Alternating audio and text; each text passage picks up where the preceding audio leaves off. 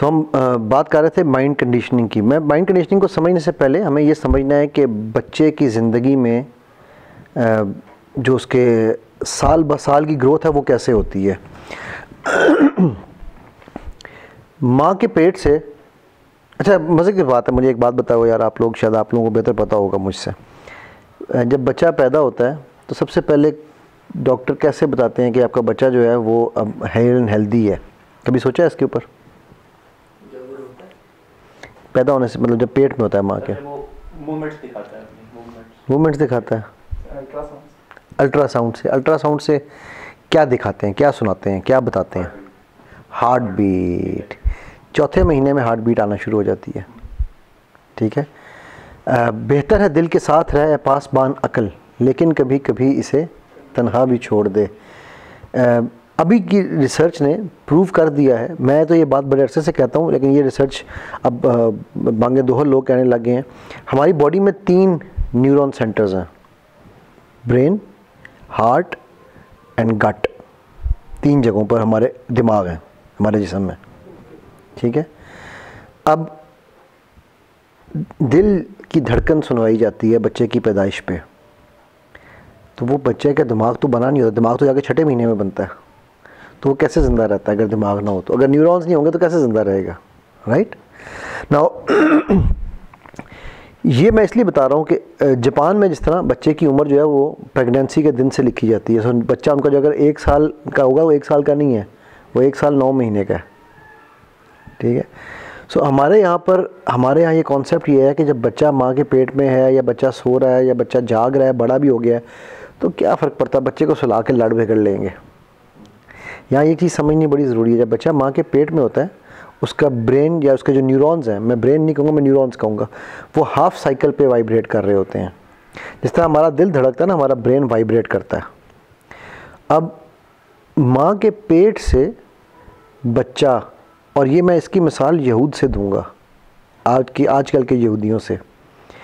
उनकी प्रेग्नेंट माओं का बहुत ख्याल रखा जाता है, उनको मैथ्स, फिज़िक्स, केमिस्ट्री, इस तरह के सब्जेक्ट्स पढ़ने और उस तरह की वीडियोस दिखाई जाती हैं जो साइंस से रिलेटेड हो, क्योंकि बच्चा माँ के पेट में हर चीज़ सीख रहा है, हर चीज़, ठीक है। टू एन एक्सटेंट कि अगर माँ डिप्रेशन में है तो बच्चा भी डिप्रेशन में बाहर आएगा, अगर माँ खुश है तो बच्चा भी खुश बाहर आएगा, ठीक है। सो बच्चे हर चीज़ जो है वो वहाँ के पेट के अंदर वो सीख रहा है, वो कर रहा है। अब होता क्या है कि हम लोग उस वक़्त उस चीज़ को इग्नोर कर जाते हैं, ठीक है। और इग्नोर करके हम क्या करते हैं, हम कहते हैं यार क्या फ़र्क पड़ता है, तो बच्चा है अंदर, इसको क्या पता चलना है, ठीक। वहाँ से बच्चे की कंडीशनिंग शुरू हो चुकी होती है। ये कंडीशनिंग का जो अमल है, मैं आजकल एक बड़ा ही ख़ास किस्म का एरिया है लाहौर शहर में, वहाँ पर काम कर रहा हूँ कुछ बच्चों के साथ, बल्कि मैं बता देता हूँ, रेड लाइट एरिया में। तो वहाँ के जो बच्चे हैं, वो हम लोगों ने उस एरिया को ना बच्चों के लिए वॉर जोन डिक्लेयर किया है कि वहाँ बच्चों का कोई काम नहीं है, ठीक है। वहाँ के बच्चों को पैदाइश से कंडीशन किया जाता है फॉर कंसेंशुअल सेक्स, पैदाइश से। और जब वो बड़े होते हैं थोड़े से, तो for them it is not a surprise, और ये तो नॉर्मल है। अच्छा, अब इस कंडीशनिंग में क्या चीज़ किरदार अदा कर रही होती है? हमारी माँ बाप, हम लोग अपनी मर्ज़ी से उनके ऊपर लेप लगाते हैं, थोपते हैं अपनी अपनी मर्ज़ी का रंग। माँ को नीला पसंद है, बाप को पीला पसंद है, तो बच्चे को माँ नीला थोपेगी, बाप पीला थोपेगा। माँ कहेगी तेरा बाप, बच्चा छोटा सा भी है तो माँ, तेरे बाप ने मेरे साथ ये जुल्म किया, तेरी सास मेरे साथ ये करती है, तुझे पता ही नहीं है। और बाप कह रहा होगा बच्चे के साथ, देखा बेटे तेरी माँ क्या कर रही है। सो ये चीज़ें मिक्स चल रही हैं, ठीक। फिर जब वो बच्चा थोड़ा सा बड़ा होता है तो आसपास के लोग अपने अपना रंग देखना शुरू करते हैं, उस पर डालते हैं। फिर वो बच्चा तकरीबन जब 7 साल का, यहाँ मैं एक बड़ी इंपॉर्टेंट चीज़ बताना चाहूँगा, जिस तरह हमारा ब्रेन वाइब्रेट करता है ना, वो को रिलेट करता है हमारी एज के साथ। अगर बच्चा 1 साल का है तो उसका ब्रेन 1 साइकिल पर सेकंड पे वाइब्रेट कर रहा है, अगर वो 5 साल का है तो 5 पे कर रहा है, 6 का है तो 6 पे कर रहा है। और मैं और आप इस वक्त जो बैठे हैं, हम एडल्ट जिसको वाइब्रेशन कहते हैं, वो बीटा वाइब्रेशन कहलाती है, वो 20 to 22 के दरमियान होती है। बच्चा मैं एज ए हिप्नोटिस्ट अगर किसी को हिप्नोटाइज करना हो मैंने, तो मैं उसकी ब्रेन की वाइब्रेशन को नीचे लेके आता हूँ between 4 to 7 cycles. Now think about it, 4 to 7, और 7 साल तक बच्चे का ब्रेन किस साइकिल में वाइब्रेट कर रहा है? Up to 7, correct? ये कौन सा साइकिल है? ये हिप्नोटिक स्टेट है, ये सजेस्टेबिलिटी की स्टेट है, ये वो स्टेट है कि जिसमें स्पंज की तरह हर बात अंदर जज़ब हो रही होती है। और हम उन्हीं 7 सालों में हम कहते हैं तो बच्चा इसको क्या पता, उन्हीं 7 सालों में हम उस बच्चे को तबाह कर रहे हैं, उसकी बेस बना रहे हैं। मैंने आज तक कोई ऐसा केस नहीं किया जिसके किसी ऐसे मर्द या औरत के साथ केस नहीं किया, यानी उनका सेशन नहीं लिया जिसकी इश्यूज़ की रूट कॉज पहले 7 साल में ना हो, नॉट अ सिंगल।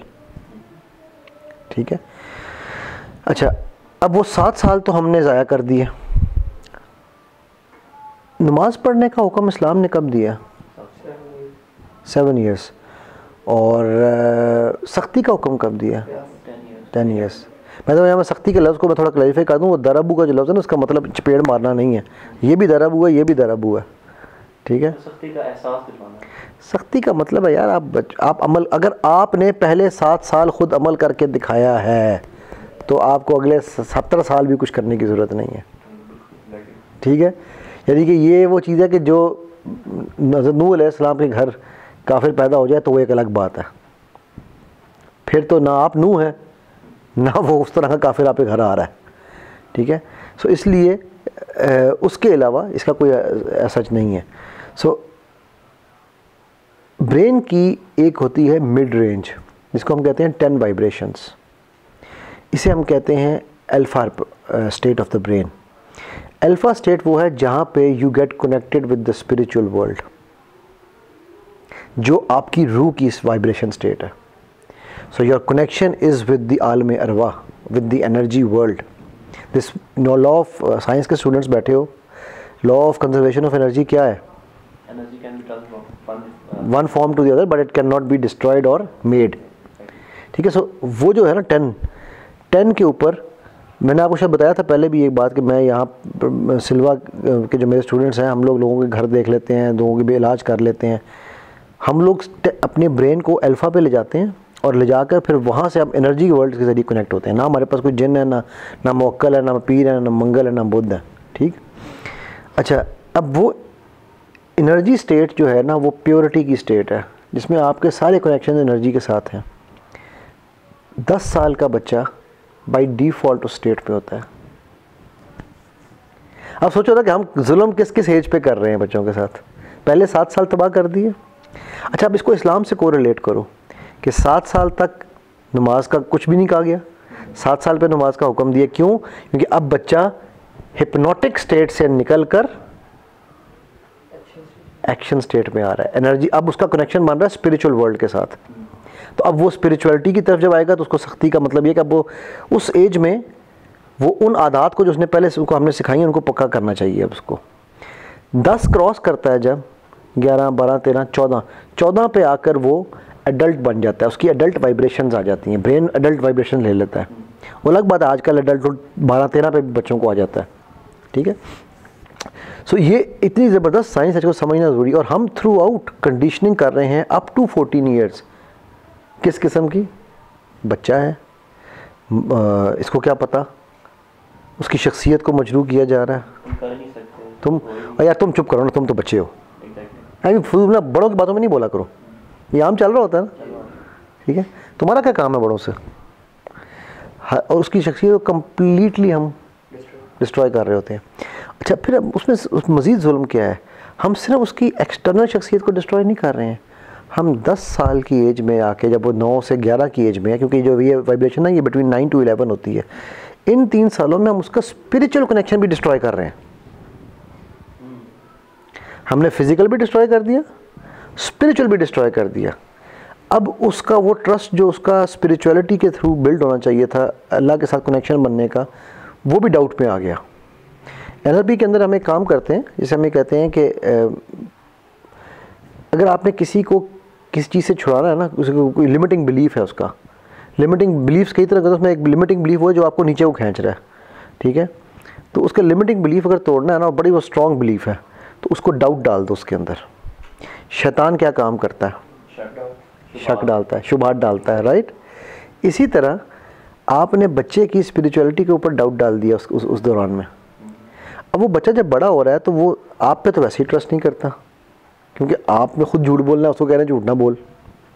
आपने उसकी उम्र गलत लिखवाई पैदाइश से, यानी उसको आपने गुड़ती किसकी दी है? झूठ की। ठीक है, वो मेरे जब मैं आया ना तो मेरे दोस्त हैं, वो बल्कि मुझे कहने लगे, बेटे कोच थे, वो कहने लगे कि जी इसकी आप उम्र 2 साल कम करा दें, इसका कलाई टेस्ट 2 साल कम आ रहा है।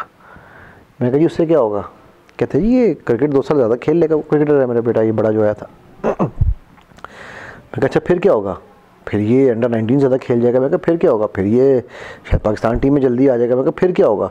फिर ये अपने तकड़ा होगा, अपने से कमज़ोर बच्चों से खेलेगा तो अच्छा परफॉर्म कर जाएगा। मैं कहा फिर क्या होगा? फिर ये शायद कप्तान बन जाएगा। मैं कहा फिर क्या होगा? कहता होर तुसी उनकी चाहते हो। मैं कहा यार मैं इस सब के अलावा हर चीज़ चाहना हूँ। मतलब वो ज़्यादा क्या होगा? कप्तान बन जाएगा, पैसा कमा लेगा।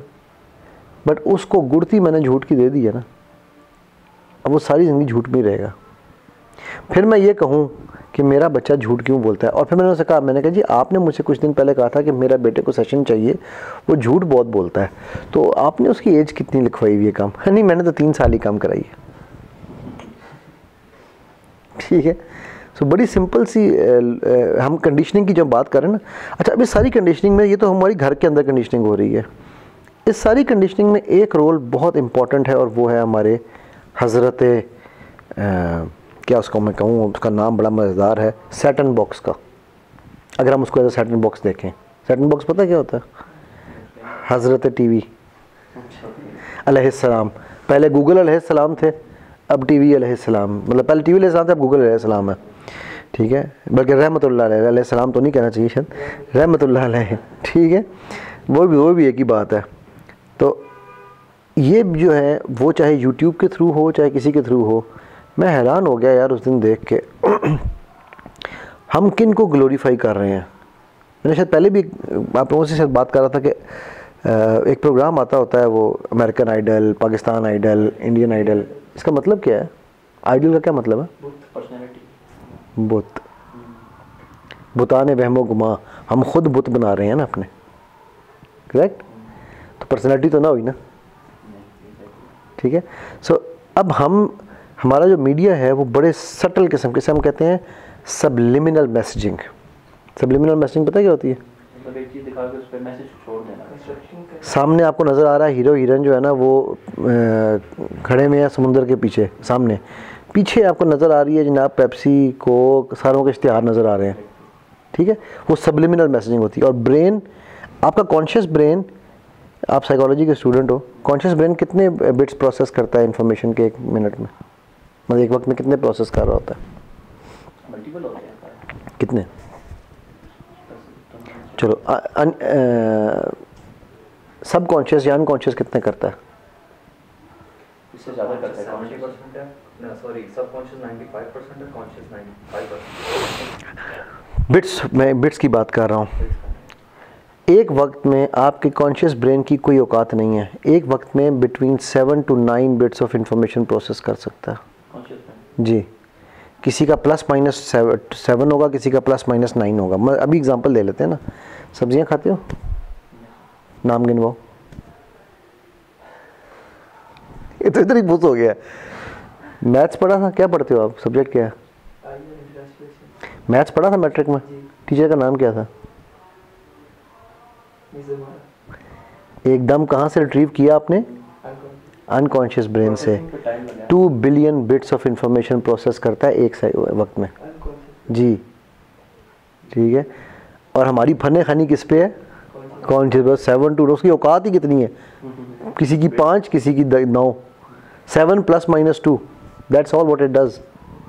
ठीक है, सो हम कॉन्शियस ब्रेन को फीड करता जितना मर्जी करते रहें, इतना फ़र्क नहीं पड़ने वाला। बट जब हम अनकॉन्शियस ब्रेन की फीडिंग की बात करते हैं तो अब सबलिमिनल मैसेजिंग की जाती है।